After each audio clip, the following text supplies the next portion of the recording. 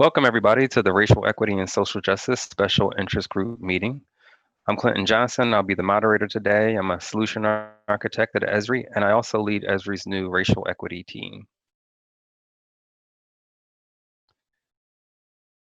So we have a pretty tight schedule, so we want to, move through this introduction as quickly as possible and get you connected into what is the first of several conversations today that relate to equity and social justice. These two in particular are bound in a way that we should definitely talk about.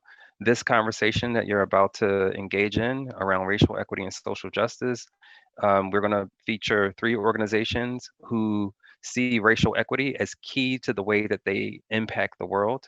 And about an hour after this conversation, GIS for Equity and Social Justice will hear from a subset of a growing community of GISers who realize the need to apply GIS to equity and social justice more broadly. So how do we get here? There have been a lot of us at Esri who've been listening to customers over time, hearing that equity in general, racial equity specifically, is a key concern, not just something that you think about in your personal life, but something that is critical to the way that you do your business. And so last year, we brought some content to the conference that was focused on GIS for equity and social justice, some exciting stuff going on in King County, some interesting conversation with folks from around the world. And along the way, a group of folks decided to do sort of a pop-up special interest group in the middle of the expo floor.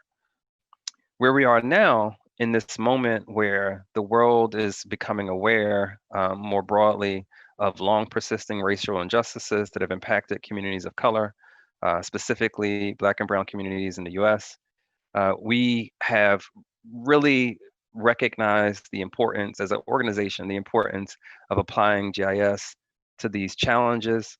And so we stood up a new racial equity initiative, and that our team is bringing to bear resources from across our organization to provide guidance for how to use GIS and how Esri can be applied to these challenges. Included with that is a set of data sources and applications and templates for how to get started. And we'll be connecting you all to a community of users to have discussions like we'll have today. So getting right into it, I want to introduce Julian Ware and Jacque Larrainzar from the City of Oakland, California, and Deirdre Johnson Burel and Amanda Otter from the Kellogg Foundation, as well as Rae Johnson, Zachary Swingen, Ben Weston from Milwaukee County. And to really open a conversation like this, it's important to have clarity around terminology. And so one key term that I think we should all, sort of understand, particularly how it applies in these different organizations, is racial equity. So we'll take a minute or two and ask each one of these organizations to talk to us a bit about what racial equity means to them and how it applies in their specific work. So Julian and Jacque, why don't you talk to us a bit about what racial equity means to you and how you apply it to your work in the City of Oakland? Sure. Hi, this is Jacque Larrainzar. I'm very happy to be here. And I'm going to give you a quick overview of the work that we do in the City of Oakland. For us, racial equity is really about transforming our organization and changing lives. That's it in a nutshell. Sounds great. And I would like to reiterate that we're really heavily focused on making, structural change for our communities in the City of Oakland. So that would be one of the big things. We just don't want to make a small difference. We want to fundamentally change people's lives and how they interact with the City of Oakland. Really good points about making structural change, and we can't wait to hear more about how you all are doing that in the City of Oakland.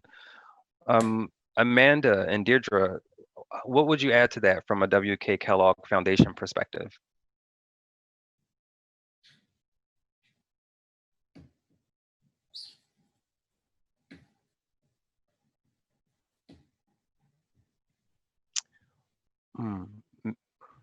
sorry, maybe they're having some technical difficulties. Let's move on to Milwaukee, and then we'll come back to Kellogg. Rae, Zach, Ben, what are your thoughts on racial equity, and how does that play out in the work that you do in Milwaukee County?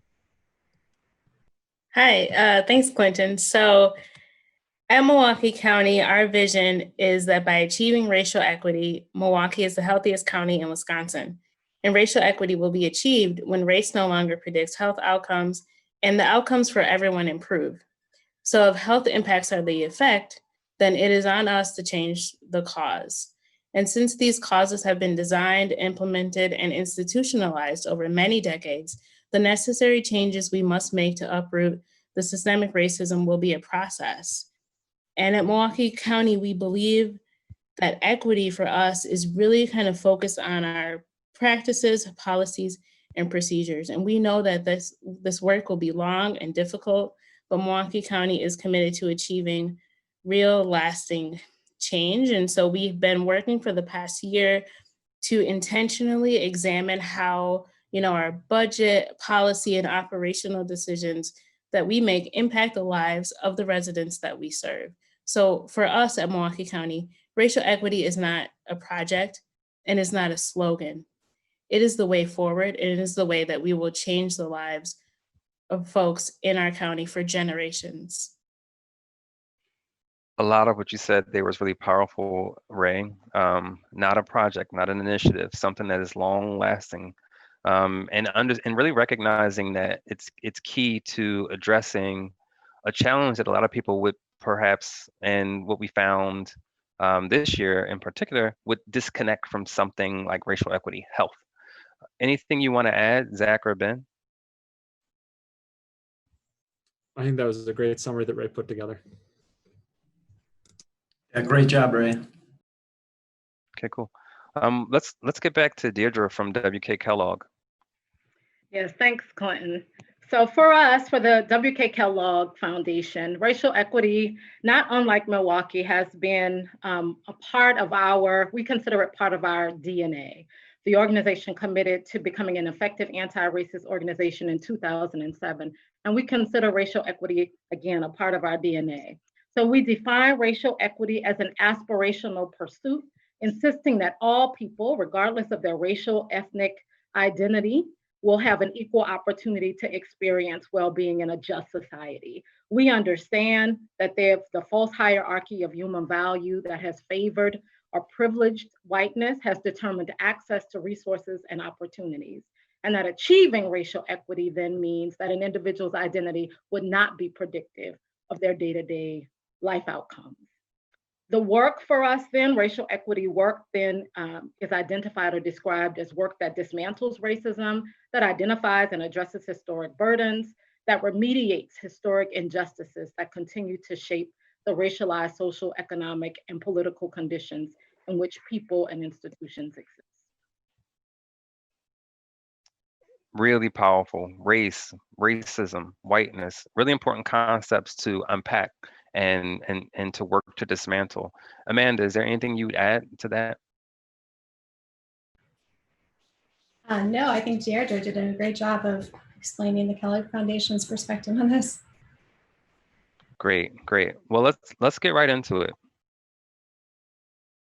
So we're gonna essentially, this long-running discussion that our speakers will have, while engaged with you, will take the form of three sort of segments. First, we'll hear from the Kellogg Foundation with a brief lightning style presentation, and then we'll have a conversation about what we've heard from them. And along the way, we want to make sure that you all in the audience are submitting your questions so we can pull some of that into the discussion. And then we'll move on and do the same thing with City of Oakland, and then the same thing with Milwaukee County. So Deirdre and Amanda, why don't you take it away? Absolutely, Clinton. Thank you so much. Today, we're excited to share a bit about the partnership between the WK Kellogg Foundation and Otter Create on building out a data hub. This work on the Data Hub has intersected deeply with our DNA. So I'll start by sharing a little bit about the Foundation's DNA, the underlying principles and approaches. Then I'll hand it off to Amanda to share how that DNA is coming to life in our work on the Data Hub. The W.K. Kellogg Foundation considers racial equity, community engagement, and leadership as complementary approaches to achieving equitable outcomes for children, our DNA. Collectively, that means these are not just things we fund, it's how we do our work. It's at the intersection of each approach where our strategic outcomes are achieved. It's at the intersection of community engagement, racial equity, and leadership that a shared vision of community is created. An authorizing environment for this shared vision is enabled, and a culture and set of behaviors are nurtured that promote collective leadership. Taken together, these strands are a conduit and a catalyst toward transformative change. Next slide. As I mentioned at the outset of today's session, our racial equity approach is an aspirational pursuit where one's individual identity would not be predictive of life outcomes. For the Kellogg Foundation, racial equity is a two-strand approach that focuses on systems transformation and racial healing. You might ask, what do you mean by racial healing? For us, racial healing is anchored in truth-telling. This process provides an opportunity to acknowledge and speak the truth about past wrongs and address present-day consequences. Truth is the starting place from which healing and then transformation work can begin. Next slide. So, you've gotten a snapshot of our DNA and the approaches undergirding it. And you might ask, what does that look like in your organization? Inside the foundation, in every area of our work, the foundation has examined our practices, policies via a racial equity lens. So everything from our leadership team, our hiring and talent, our investments, our grant making, and our partnerships with vendors. In all of these areas, we actively work to ensure our values are embedded in our work. Yes, even in investing, we have built out a portfolio that is diversified and we are leading the field in guiding other investors on how to anchor their investments in organizations led by people of color. So we not only do this work, but we also actively measure and track our progress in each of these areas. And I want to acknowledge this is ongoing work, and we're constantly sort of doing it and taking the posture of humility because you're sort of never there. You're always learning and growing. Next slide. The foundation also works to embody our values in our work in the world. And so this timeline just highlights some of the external facing work the foundation has done. So everything from making a generational commitment to our priority places to making the business case for racial equity first in 2013 and again in 2017, to most recently meeting the call of the nation's climate with Healing in Action this past June, still available on the foundation's YouTube channel. We continue to work to exemplify this work in the world. Next slide. So what does racial equity look like as it relates to data? Racial equity, as I've already mentioned, is both inside of our work internally and externally, and is grounded in the work of truth-telling, that it's not just a theme, it's a way of working. And it came to life in real tangible ways in our work with Amanda, Otter, and Otter Create. So I'll hand it over to Amanda to share how that has played itself out in our data work. Amanda. Thank you. As Deirdre mentioned, I have been collaborating with the Kellogg Foundation's U.S. Southern team to create data hubs on the Esri platform for their communities, beginning with this one for New Orleans. On the ground, the Foundation's place-based teams need actionable data to support programmatic decision-making and to monitor outcomes related to their place portfolios. This work is still in progress, but we'd like to share some of the specific challenges and themes that we've encountered in our process that might resonate with some of you in your own work. Next slide. The community overview page and all focus area pages begin with a set of key indicators, like this national comparative ranking about child opportunity. Being 87th out of the 100 largest metropolitan areas is a challenging statistic. And in our discussion around which key indicators would be most useful to include, the question came up about how well this data aligns with what the team recognizes as the lived experience of the community. The New Orleans team shared with me that they have never presented national data sets in the community when they did not have some kind of negative reaction. Most often, the community members expressed that the data did not seem to match local data collection. They challenged the accuracy and asked questions about what is included. National data tends to lag behind the local experience because it fails to reflect shifts in policies and practices that might be happening at the state and local level. You can lose community credibility quickly if they don't feel their story is being told accurately. So how do we balance local perspective and input when we're doing national data work? Finding ways to show local data alongside the national data can tell a more complete story and will help ground truth that national data. This is part of what it means to bring racial equity analysis to your work, particularly when we know how often data has been used to further inequities in the community. Next slide.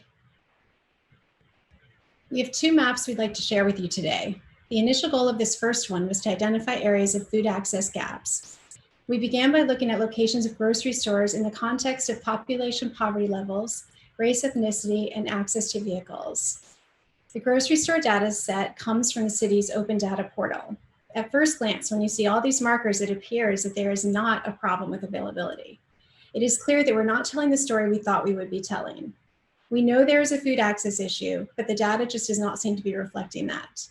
The New Orleans team knows that there are whole areas of the city that are only served by one major supermarket, or in the case of the lower 9th Ward, none. Next slide.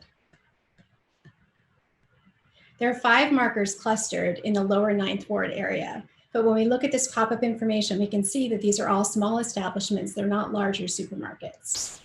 We are actively working on how to better frame this. How might we code stores for quality or size to better understand the big picture? While we work on ways to more clearly tell the food access story, we also know there's work underway in the community to address these access issues. Next slide. This view of the map shows race and ethnicity information in place of poverty, and it shows some additional localized information. We now see locations of farmers markets and indicators of stores that have participated in a program called the Healthy Corner Store Collaborative, a program to increase access to fresh and healthy foods to underserved communities. Our next steps will be to meet with the foundation's grantee partners working on food access. Is this data new to them? What do they see? What data and expertise can they provide for this story? And should we be engaging the community to crowdsource information about quality? Community engagement as a strategy to drive positive change is a part of the foundation's core DNA. Next slide. We created this next map to look at healthcare access. We know there is significant racial inequity around outcomes for Black women in the state of Louisiana. Maternal mortality is 4 times higher than for white women. The green and blue diamonds you see on this map show the locations of hospitals in New Orleans. Hospitals with green markers have NICU facilities, and those with blue markers do not. In this first version of the map, it seems clear that there is an access issue in New Orleans East. Next slide. These details highlight the lack of hospitals with NICU facilities near areas with higher density of Black women of childbearing age. When I first showed this to Deirdre and her colleagues, they pointed out that that hospital in New Orleans East does not even have birthing facilities, which presents even more of a challenge for women having babies. There's work to be done here, but we also want to understand again where positive change is already happening. There are 5 hospitals in the New Orleans area that have earned the baby-friendly designation, which means they are recognized as hospitals that uphold the highest standards of infant feeding care. Next slide. As a direct outcome of this initiative, there's been measurable improvement of 6-month breastfeeding statistics. Next slide. To wrap up our presentation, we would like to share a few of the lessons we've learned so far. When possible, use locally sourced data alongside national data. This is how we ground truth in national data with a local perspective. Think about asset view versus deficit view, how to bring forward the assets of your community to tell a more complete story. Think about how to reflect the work that is actively being done for positive change. Recognize that data disparities more often reflect systemic and policy trends than they do individual behaviors. And finally, be cognizant of the fact that data are often used to drive solution-making and decision-making around inequity. This is a reminder of the responsibility that should be coupled with data use. Sharing nuances of a community and telling a complete story will convey the complexities that will then drive appropriate policy and investment solutions. Thank you.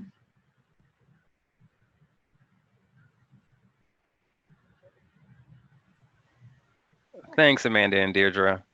I mean, you guys are doing a lot of amazing work at the WK Kellogg Foundation. And I think for me, one of the most interesting aspects is the idea that racial equity is a part of your DNA. And while we're looking at a lot of organizations sort of do some gene splicing to bring racial equity into their current, the way that they do work now,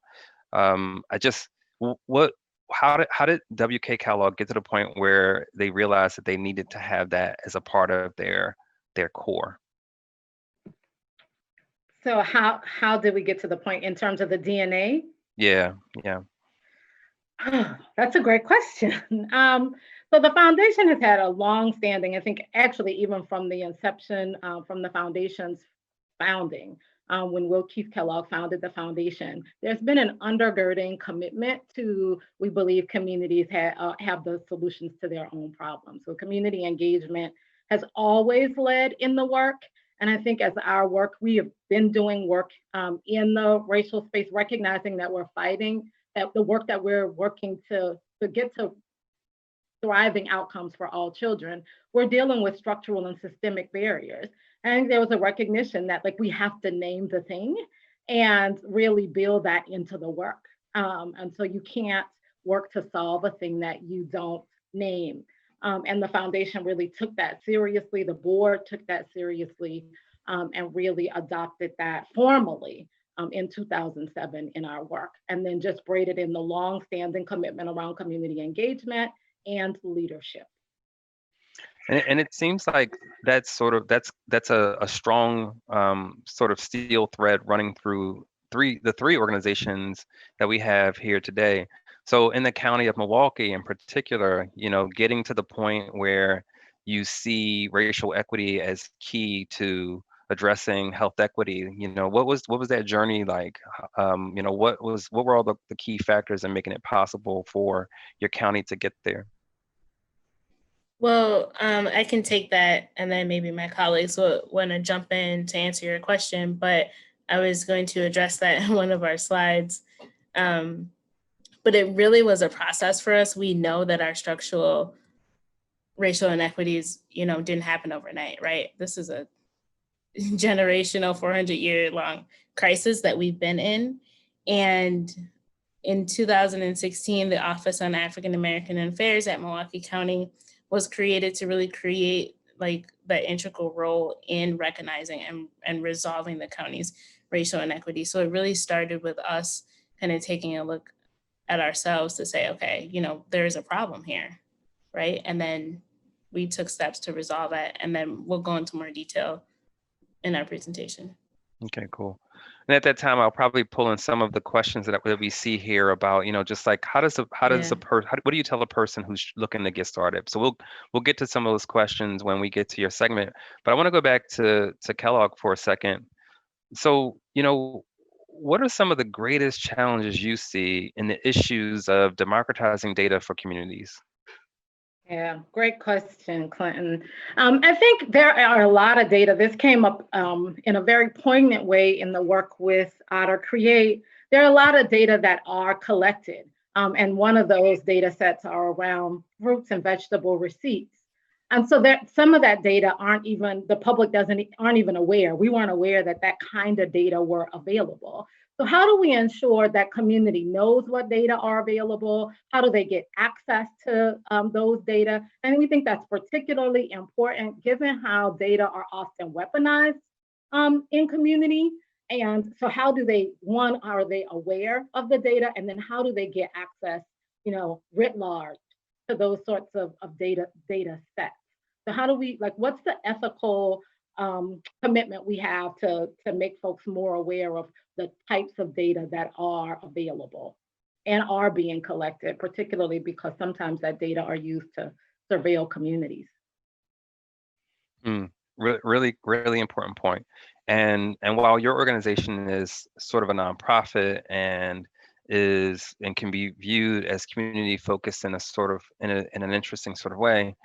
When I think about the other two organizations, the county and the city, what are you? I'm just curious how in Oakland you are all ensuring that the right data is captured, and at the same time it's done so with regard with acknowledgement of past harms done when in surveilling communities and collecting data, and at the same time um, collecting and making available the right information that's necessary for change. Would you like me to answer that quick or go into our presentation? Yeah, you can give that a quick answer if you think you'll address it in the context Sure. of your presentation.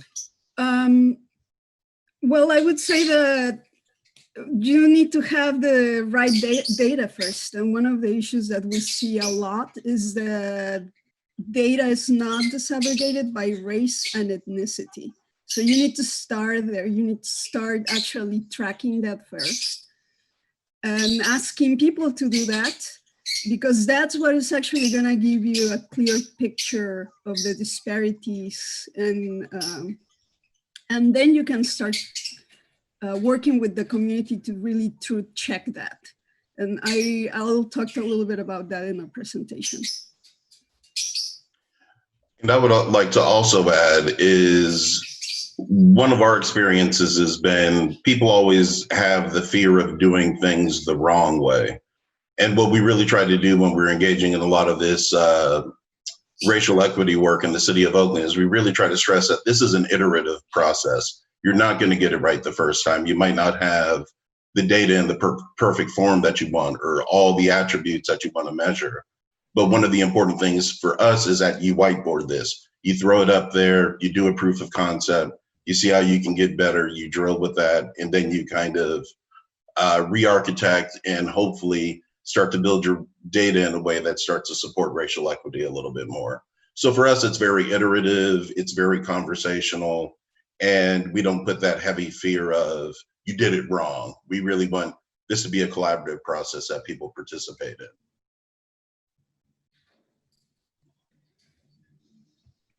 in. So I'm going to go into our presentation. This is Jacque Larrainzar. I work for the Department of Race and Equity in the City of Oakland. And Oakland has a very long history of resistance against structural racism. So it's only natural that the community will want a government that reflects those values. So I would say that the work to stand our department started 400 years ago, when the Ohlone people started to resist colonization, and then the whole history of resistance in Oakland. The department was created by ordinance in 2015, and then the department was started a year later in 2016. And the approach that we have is a little bit different from other initiatives in the country. We actually focus on the structural racism. So that is the interaction that our city government has with counties and the state and other cities around us, and the role that we play to continue racial disparities in the city of Oakland. Our mission is actually to eliminate those disparities and create a city where those disparities are no longer there, and diversity, fairness, and equity is the way people experience their government, their community, their neighborhood, and how we do business. Next slide, please.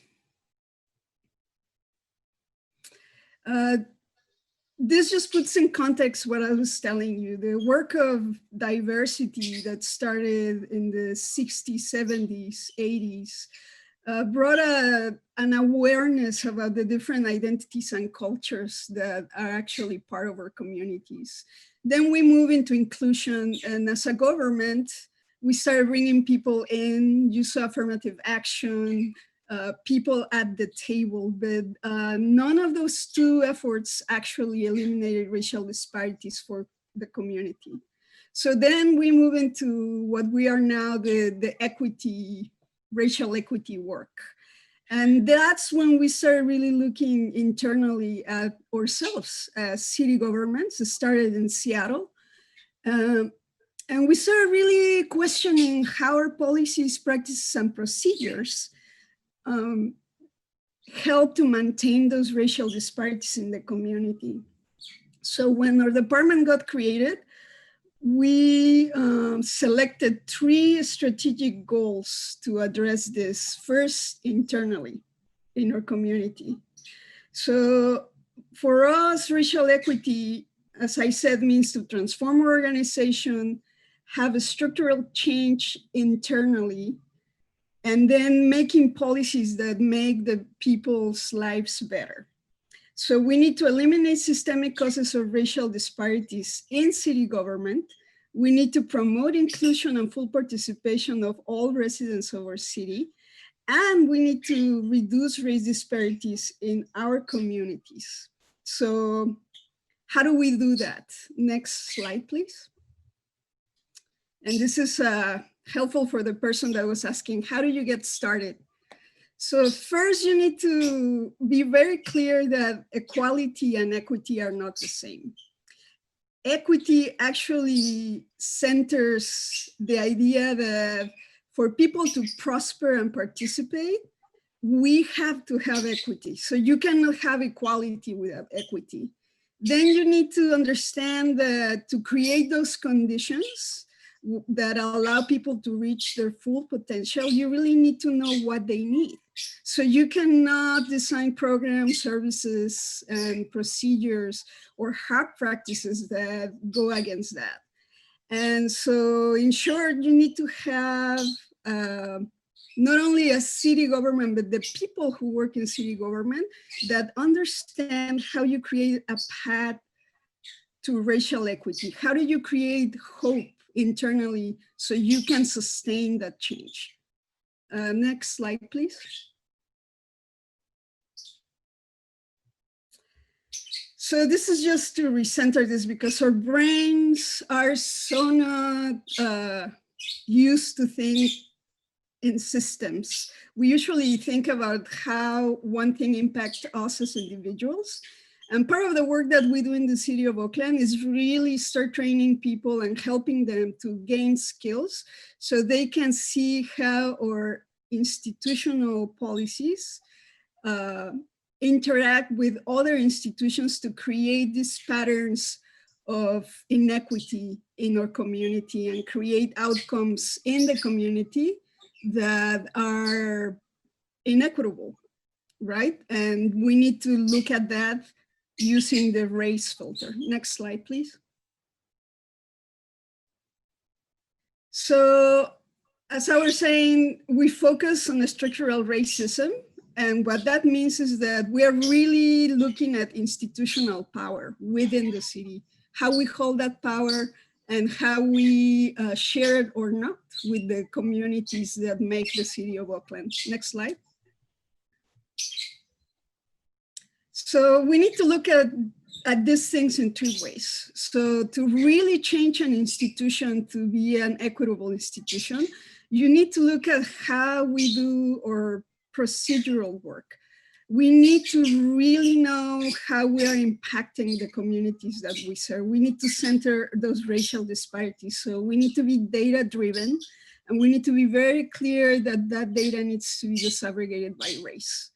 Then we need to look at how we are using our resources. We need to change the distribution of those resources to really make sure that they are fairly distributed, that we are not burdening our communities. And if we are, that there is a path for us, as Julian was saying, to correct those impacts. And then the structural change within the city, which means that not only do we need to be committed to correct past harms and prevent future unintended consequences, we need to address the root causes of the structural and institutional systems that create those racial inequities. And so the only way that we found to be able to do that is to create tools that allow staff to have a very intentional process to slow down their decision-making and policy drafting, the design of services and procedures. So it really centers those that are most impacted by racial disparities. Next.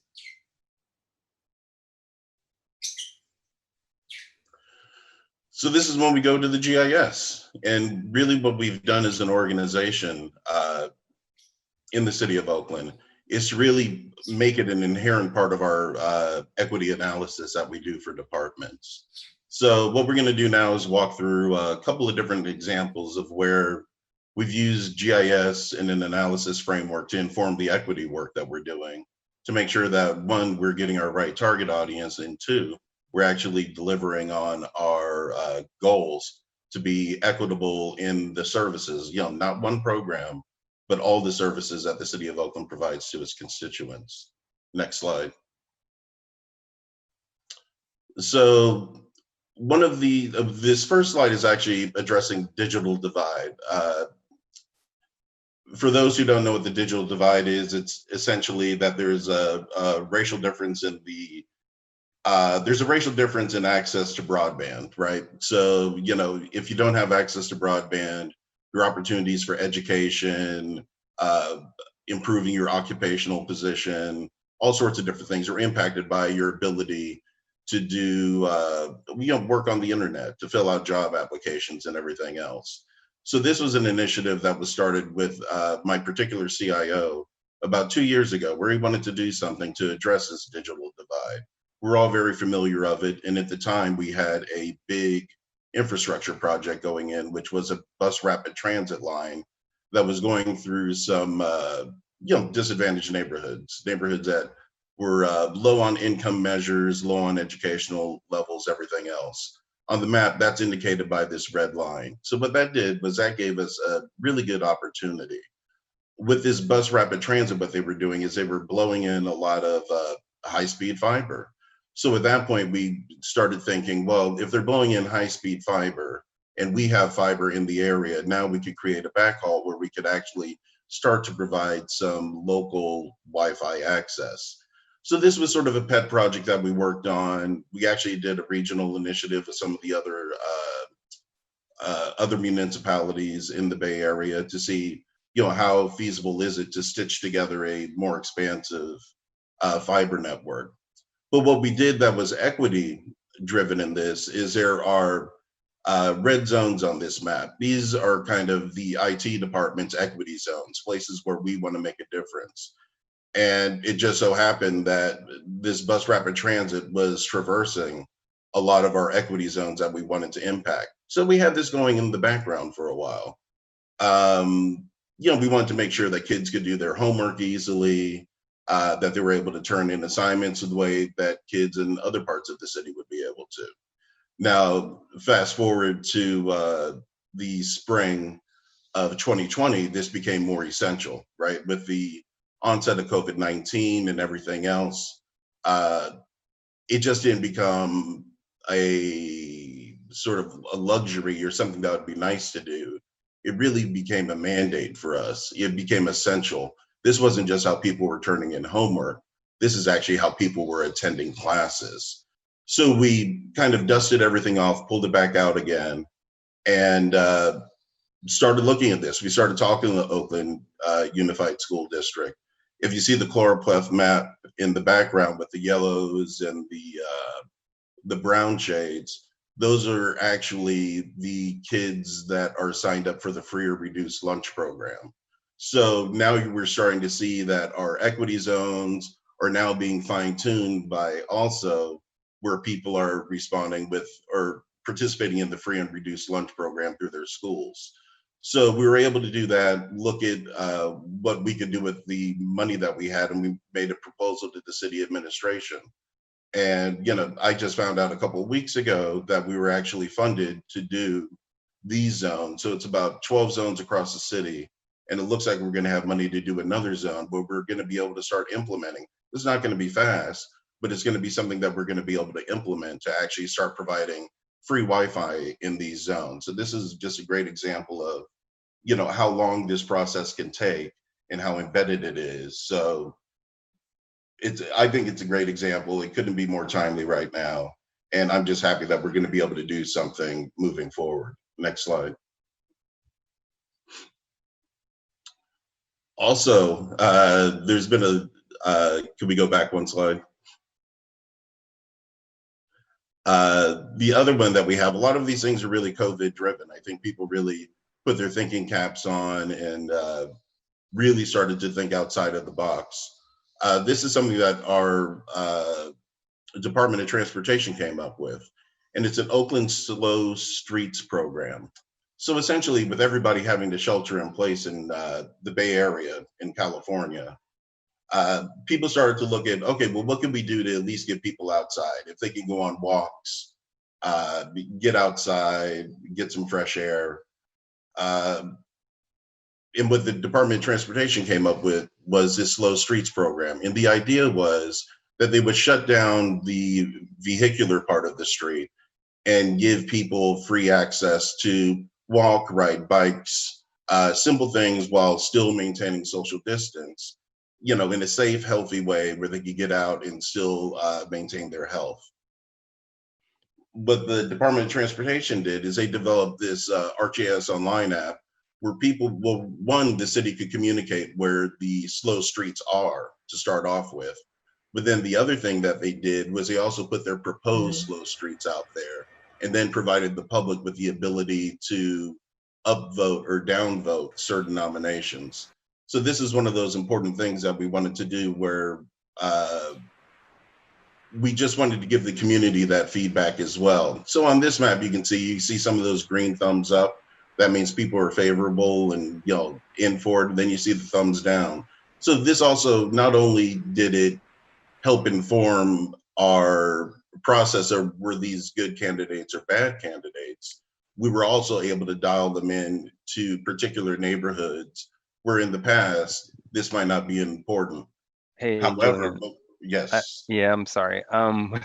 We ran out of time for the question segment of your section, and we're starting to push into the other discussion. Okay. Is there a final? Yeah, you seem. Yeah. So the last thing to kind of fast forward from there, the last slide was the Department of Transportation had developed a racial equity toolbox, and it's all GIS driven. It was that other slide right there.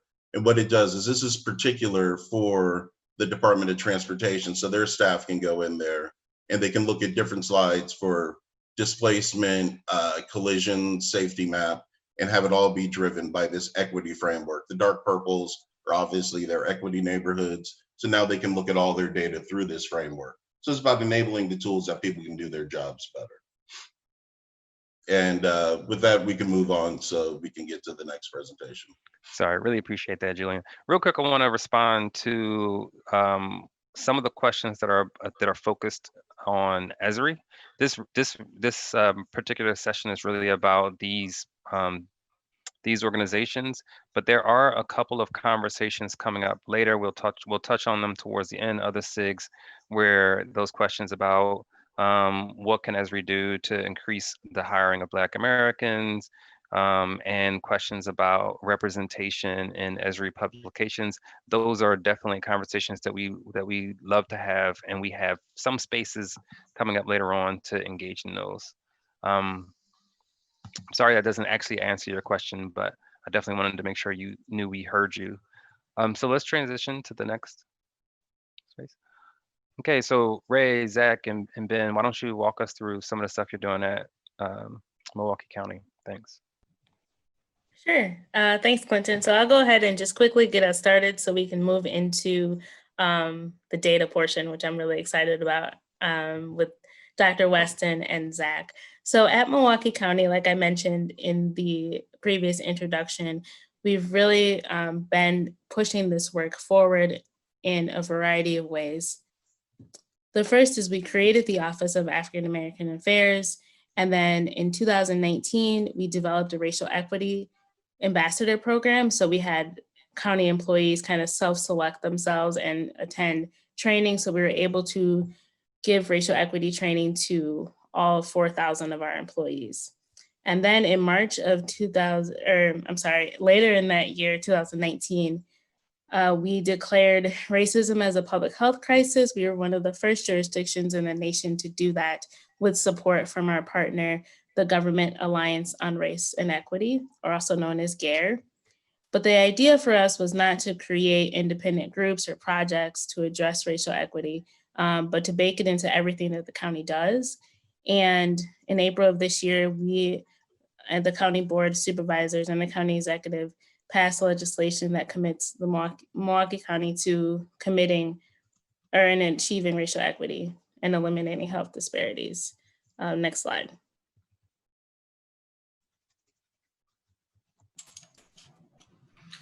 All right, so Milwaukee County's commitment to racial equity was soon put to the test under the extraordinary conditions of responding to a rapidly spreading pandemic.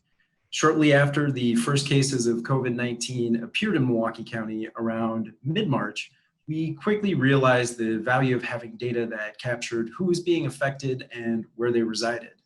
We're able to rely on key partnerships with our local public health officials and the state of Wisconsin to try to create the best possible picture of the burden of disease in our community.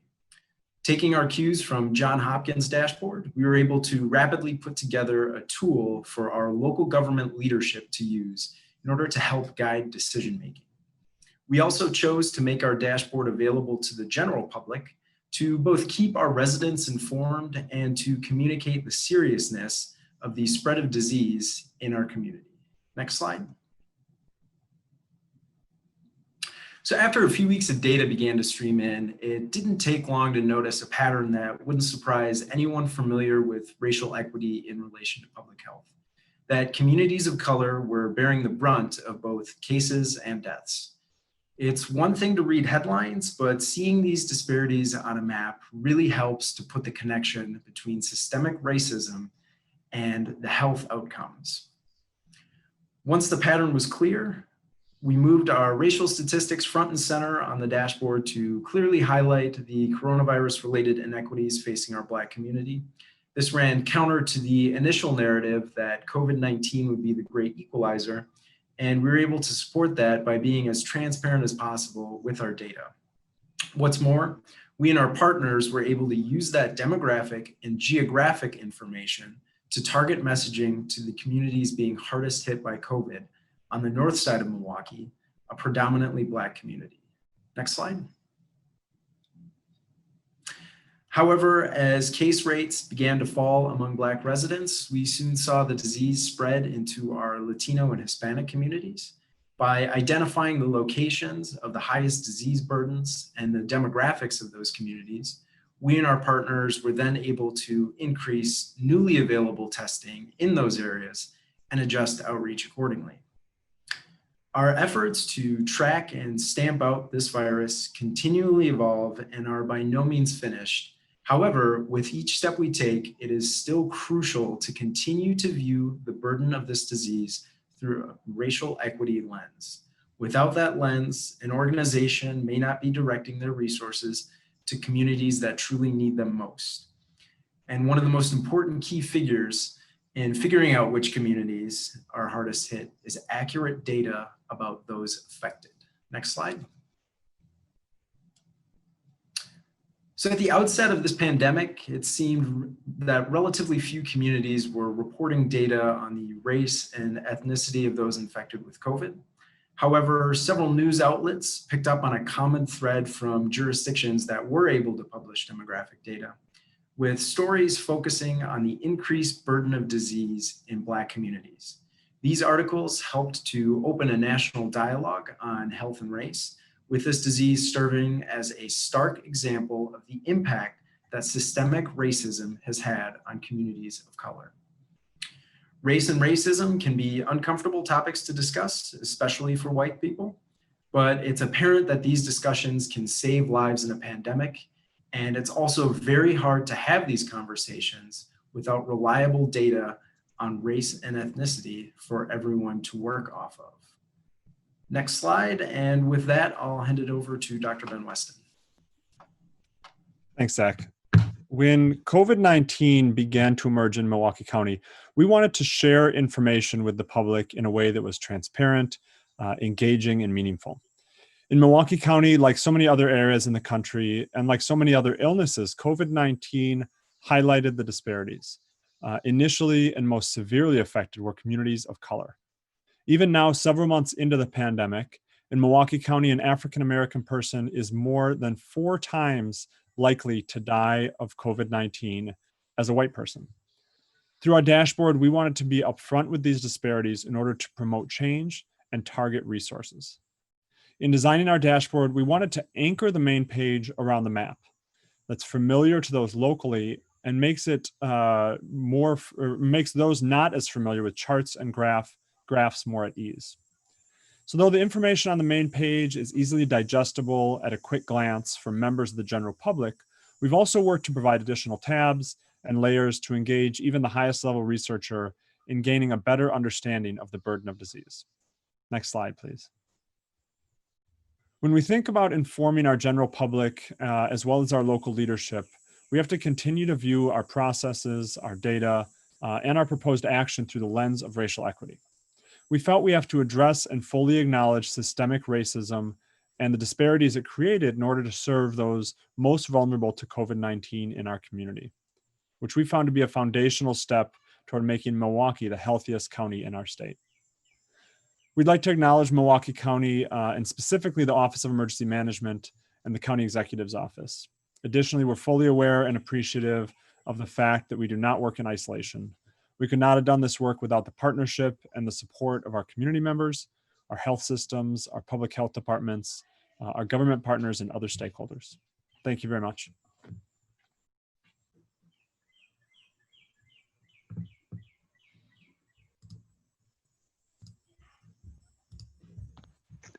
Thanks, Ben, Zach, and Ray. There was a point where I think it was Zach said that it became apparent, pretty quickly that race was a factor, or something to that effect, or that Black communities were experiencing the pandemic disproportionately with more harm. But the reality is that didn't seem to be apparent quickly to lots of other governments across the country. You all were among, at first, a small group of leaders doing that work.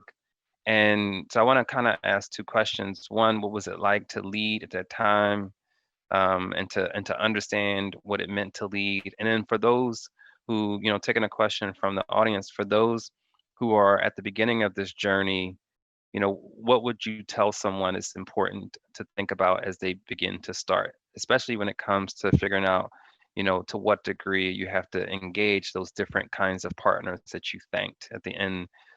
There have been the different levels of community, from lawmakers down to citizens.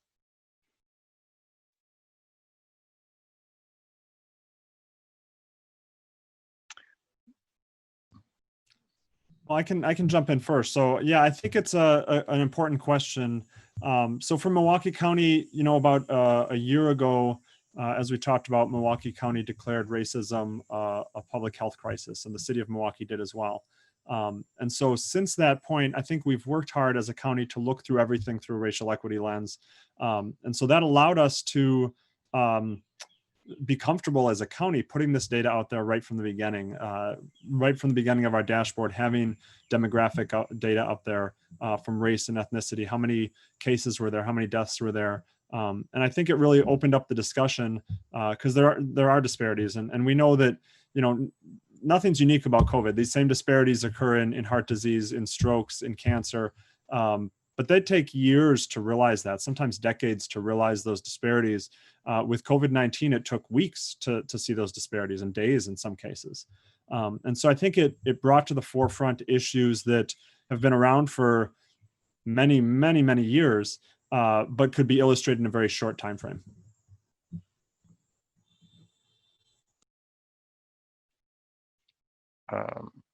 Rae or Zach, any guidance you'd give someone who's new, an organization that's new to this work?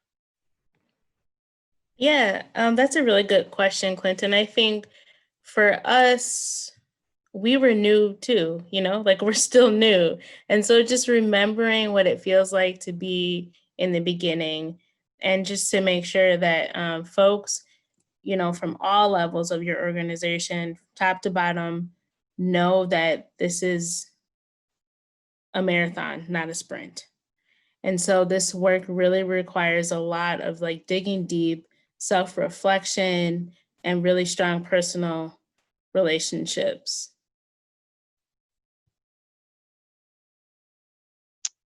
Cool. And to also go ahead. just take a second to echo what Rae said. You have to get used to the idea of being uncomfortable. And if an organization is new and looking for resources, you're not alone. There are plenty of organizations out there just like us who are just starting to take up this work as our own. And there are many organizations that have been doing it for a long time. Quick plug to GARE, the Government Alliance on Race and Equity. That's a great place to start and find other communities who are doing this work as well. Just to take another question from the audience, and to continue on what you were saying there, Zach, you sort of mentioned how difficult it can be to talk about these things, particularly as a white person. Someone asks, how would you encourage people in your organization or in their organization or any other organization to speak up for change in an organizational culture that'll lead to the kind of progress necessary to get there?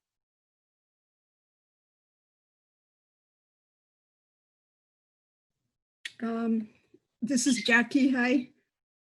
I think there is power in numbers. And so what I've learned working in the city of Seattle, in King County, and now in the city of Oakland, is that you really need to find those who feel the same way and organize. Have those discussions amongst yourselves, figure out some strategies to work internally for folks, and then get the permission to actually do that work. And I think that's a step that a lot of government organizations in particular forget. And so think about it in a way that you can organize with others. There is a specific way of organizing inside an institution, and we in the City of Oakland are very happy to talk to anybody who wants to discuss how to get that going. That's actually your thing, so happy to help. Just give us a call.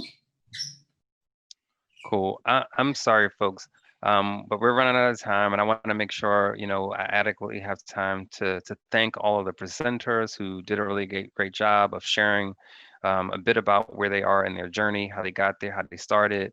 And I'm sorry we just weren't able to take more questions.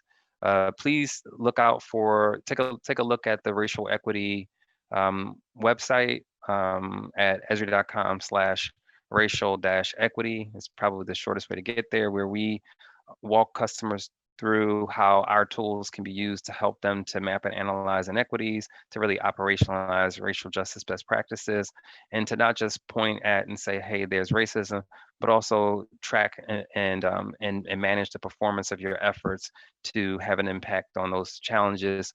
And all of that is wrapped around community engagement. We also have a racial equity resources hub that you can very easily find a link to from that site, where there's data and apps and templates and examples of what other organizations have done to leverage our technology to advance racial justice, and engage in this conversation. Let's take some of these questions over to the GeoNet community. And again, you can find a link to the GeoNet community here, but also on the racial equity website. And definitely bring some of those other questions, particularly around, workforce equity, representation, to the Women in GIS Special Interest Group and to the Homecoming Blacks in GIS SIG, where we're definitely going to be talking about and wanting to engage in conversations like that. And please join join us as the community at the GIS for Equity and Social Justice Special Interest Group meeting starting at 11:45 a.m. Pacific time. Again, thanks everybody, and I hope you continue to enjoy this last day of the conference.